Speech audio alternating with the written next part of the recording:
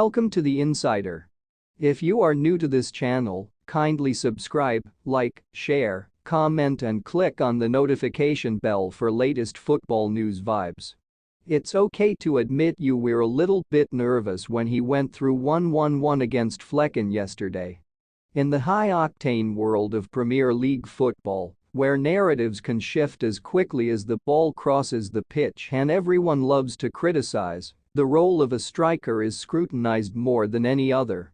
Darwin Núñez, Liverpool's formidable number 9, seems to revel in the heat of the spotlight as his every touch, goal, and indeed, his recent substitution against Brentford, a subject of fervent discussion. Reds know what we have and we have to pray they caught it early. Jurgen Klopp's recent comments post-Brentford clash bring an air of cautious optimism about Núñez's condition. Darwin, we took off because he felt really a little, but that was obviously today enough to immediately push the brake, and that's what we did, so we took him off and brought Cody on, and that worked out really well.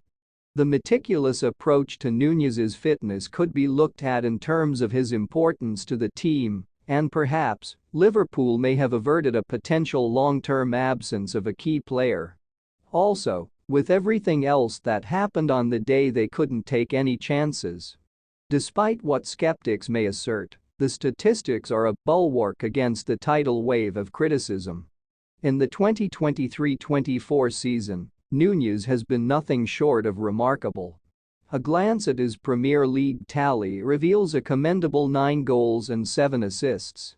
This, combined with his European and domestic cup contributions, elevates his total to 13 goals and 11 assists across all competitions, a feat that places him in the company of footballing luminaries.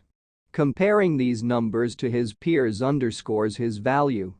With 24 goal involvements, Núñez sits comfortably among the best. Mo Salah leads with 28, followed by Bukayo Saka and Erling Haaland at 27, and Phil Foden at 25. Opta released the figures that showed Jota and Núñez were tying Haaland and Foden in 2024, with overall goal contributions at 8. Both of our lads moved to 9 yesterday. Núñez's statistics not only shine individually, but are crucial cogs in the Liverpool machine. While others are celebrated for their flair and finesse, Núñez brings a raw, unbridled passion and a directness that is pivotal in Klopp's tactical arsenal. It's his runs, his pressing, and his sheer unpredictability that create the spaces his teammates thrive in. In simple terms, all the others are Player of the Year contenders, but people will scoff at the mention of Núñez. Klopp's swift action in the Brentford match, I don't know how it developed during the second half, because I saw him at halftime when it was all right-ish, but I don't know what happened since then highlights the proactive measures taken by the medical staff. This proactive approach could be the difference between a minor setback and a season-defining injury. Liverpool need one of their main men, and that's exactly what he is. The team never looks the same without him, and with Jones and Jota's situation looking bleak, we're praying for good news on this one. Jurgen Klopp has been handed a number of new injury headaches ahead of Liverpool's clash with Luton Town on Wednesday. The Reds ran out 4-1 winners away at Brentford on Saturday, thanks to goals from Darwin Núñez, Alexis Mac Allister, Mohamed Salah, and Cody Gakpo. However, they lost both Curtis Jones and Diogo Jota to injury in the first half, with their Uruguayan striker also withdrawn at halftime as a precaution. Liverpool had already been dealt a blow ahead of their latest trip to the capital after Alisson Becker injured his hamstring in training at the Oxa Training Centre on Friday. With the likes of Trent Alexander-Arnold, Dominic Szoboszlai, and Thiago Alcantara sidelined and already ruled out of the Reds' clash with the Hatters as a result, Klopp's squad is looking rather depleted. So, after seeing 3 more players join Liverpool's injury list at the Tech Community Stadium, we take a look at some of the changes Klopp could make against Luton on Wednesday. Kevin Keller is set to continue in goal in place of the injured Alisson, while Virgil van Dijk will captain the side. With Ibrahima Konate rarely tasked with playing 3 times in a week due to a checkered injury past, Klopp could bring in Jarell Quansah and hold the Frenchman back for the League Cup final. Likewise, Joe Gomez could come into the starting side if Klopp wished to rotate and is an option across the back four.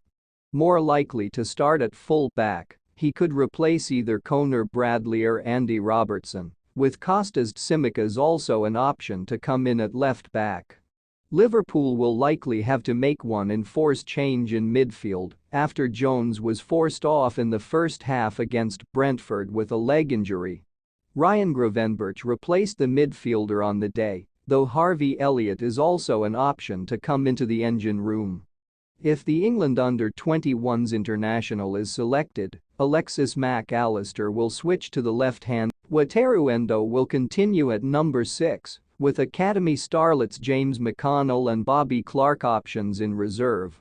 After registering a goal and assist on his return from a hamstring injury, Mohamed Salah will surely come into the starting side against Luton.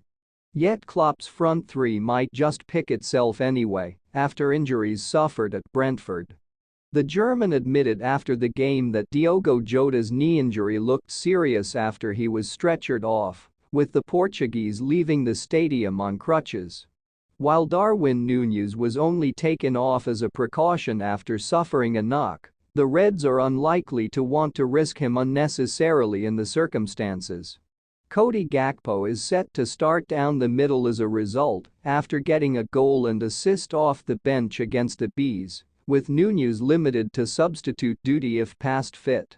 Elliott is an additional attacking option, while Cade Gordon or Lewis Kaumas could be called upon to act as further attacking reinforcements from the bench. Thanks for watching this amazing video.